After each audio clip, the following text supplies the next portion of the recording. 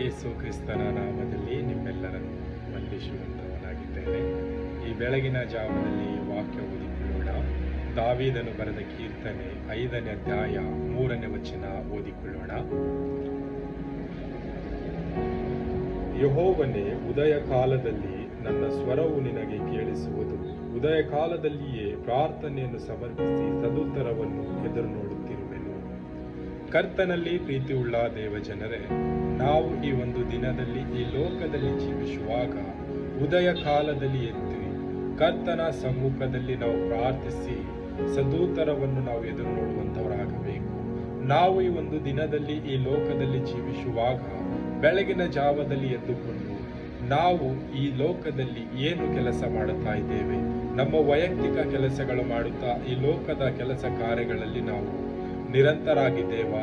ನಾವು ಬೆಳಗಿನ ಜಾವದಲ್ಲಿ ಎದ್ದುಕೊಂಡು ಕರ್ತನ ಸಮ್ಮುಖದಲ್ಲಿ ಕರ್ತನ ಒಂದು ಪಾದದಡಿದಾವರದಲ್ಲಿ ಕೂತುಕೊಂಡು ನಾವು ಆತನಿಗೆ ಪ್ರಾರ್ಥನೆ ವಿಜ್ಞಾಪನೆಗಳನ್ನು ಮಾಡುತ್ತಾ ನಾವು ಸದುತ್ತರವನ್ನು ಎದುರು ನೋಡುವುದಕ್ಕಾಗಿ ಕಾಯ್ತಾ ಇದ್ದೇವಾ? ಈ ಒಂದು ದಿನದಲ್ಲಿ ನಮ್ಮನ್ನೇ ನಾವು ಪರೀಕ್ಷೆ ಮಾಡಿ ನೋಡಿಕೊಳ್ಳೋಣ. ಇನ್ನೊಂದು ವಾಕ್ಯ ಓದಿಕೊಳ್ಳೋಣ. ದಾವೀದನು ಬರೆದ ಕೀರ್ತನೆ 88ನೇ ಅಧ್ಯಾಯ 13ನೇ ವಚನ ಓದಿಕೊಳ್ಳೋಣ. ನಾನು ಯೆಹೋವನೇ ನಿನಗೆ ಮೊರೆ ಇಡುತ್ತೇನೆ, ಉದಯದಲ್ಲಿ ನನ್ನ ವಿಜ್ಞಾಪನೆಯು ನಿನ್ನ ಮುಂದೆ ಬರುವುದು ಎಂಬುದಾಗಿ. ಕರ್ತನಲ್ಲಿ ಪ್ರೀತಿಯುಳ್ಳ ದೇವ ಜನರೇ, ನಾವು ಈ ಒಂದು ದಿನದಲ್ಲಿ ಯೆಹೋವನಿಗೆ ನಾವು ಮೊರೆ ಇಡ್ತಾ ಇದ್ದೇವಾ?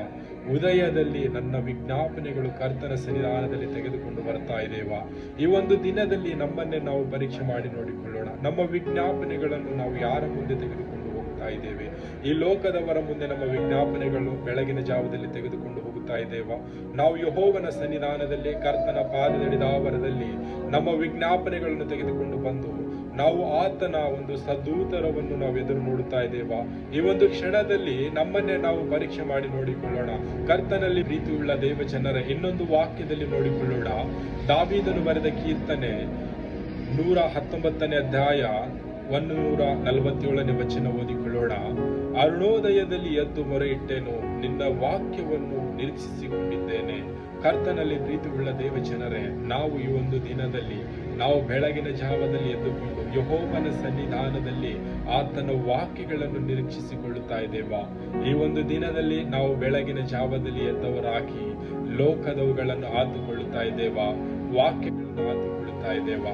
ಬೆಳಗಿನ ಜಾವದಲ್ಲಿ ನಾವು ಎದ್ದ ಕ್ಷಣದಲ್ಲೇ ನಾವು ಕರ್ತನ ಸನ್ನಿಧಾನದಲ್ಲಿ ಹೋಗಿ ನಮ್ಮ ಪ್ರಾರ್ಥನೆ ವಿಜ್ಞಾಪನೆಗಳು ಆತನಿಗೆ ಮಾಡುತ್ತಾ, ಕರ್ತನೆ, ಈ ದಿನ ಸಂಪೂರ್ಣ ನೀನು ನನ್ನೊಟ್ಟಿಗಿದ್ದು ನಡೆಸು, ನಾನು ಮಾಡ್ತಕ್ಕಂಥ ಕೆಲಸಗಳಲ್ಲಿ, ನಾನು ಹೋಗೋಣ ಬರೋಣ ಪ್ರಯಾಣಗಳಲ್ಲಿ ನೀನು ಜೊತೆಗಾರನಾಗಿದ್ದು, ನೀನು ಸಹಾಯಕನಾಗಿದ್ದು ನನ್ನನ್ನು ನಡೆಸು ಎಂಬುದಾಗಿ ನಾವು ಕೇಳುವಾಗ ಕರ್ತನು ಆತನು ನಮ್ಮೊಟ್ಟಿಗೆ ಇದ್ದು ನಡೆಸುವಂತವನಾಗಿದ್ದಾನೆ. ಮತ್ತು ಆ ದಿನದ ಆತ್ಮೀಕ ಆಹಾರ ನಮಗೆ ಯಾವ ವಾಕ್ಯ ಬೇಕೋ ಆ ವಾಕ್ಯವನ್ನು ನಮಗೆ ಅನುಗ್ರಹಿಸಿ, ನಮಗೆ ಬಲಪಡಿಸಿ, ನಮಗೆ ಈ ಲೋಕದಲ್ಲಿ ಜೀವಿಸುವುದಕ್ಕಾಗಿ ಶಕ್ತಿಯನ್ನು ಅನುಗ್ರಹಿಸುವಂತವನಾಗಿದ್ದಾನೆ. ಕರ್ತನಲ್ಲಿ ಪ್ರೀತಿಯುಳ್ಳ ದೇವ ಜನರೇ, ಈ ಒಂದು ದಿನದಲ್ಲಿ ನಮ್ಮನ್ನೇ ನಾವು ಪರೀಕ್ಷೆ ಮಾಡಿ ನೋಡಿಕೊಳ್ಳೋಣ. ಬೆಳಗಿನ ಜಾವದಲ್ಲಿ ಎದ್ದುಕೊಂಡು ನಾವು ಮೊಬೈಲ್ ಅನ್ನು ಉಪಯೋಗಿಸ್ತಾ ಇದ್ದೇವಾ? ಲೋಕವನ್ನು ನಾವು ದೃಷ್ಟಿಸಿ ಲೋಕದ ಸಂಗತಿಗಳಿಗಾಗಿ ಪ್ರಯಾಸ ಪಡ್ತಾ ಇದ್ದೇವಾ? ನಾವು ಬೆಳಗಿನ ಜಾವದಲ್ಲಿ ಕರ್ತನೊಟ್ಟಿಗೆ, ನನ್ನ ಸೃಷ್ಟಿಕರ್ತನು ನಮ್ಮನ್ನು ಸೃಷ್ಟಿಸಿದಂತ ತಂದೆಯಾದ ದೇವರ ಪಾದದಲ್ಲಿ ಕುಳಿತುಕೊಂಡು ಆತನಿಗೆ ಪ್ರಾರ್ಥನೆ ವಿಜ್ಞಾಪನೆಗಳನ್ನು ಮಾಡುತ್ತಾ, ನಾವು ಅರುಣೋದಯದಲ್ಲಿ ನಮ್ಮ ಒಂದು ವಿಜ್ಞಾಪನೆಗಳನ್ನು ಮಾಡುತ್ತಾ ಆತನ ಸನ್ನಿಧಾನದಲ್ಲಿ ನಾವು ಉತ್ತರವನ್ನು ಎದುರು ನೋಡುತ್ತಾ ಕಾದುಕೊಳ್ಳುತ್ತಾ ಇದ್ದೇವಾ?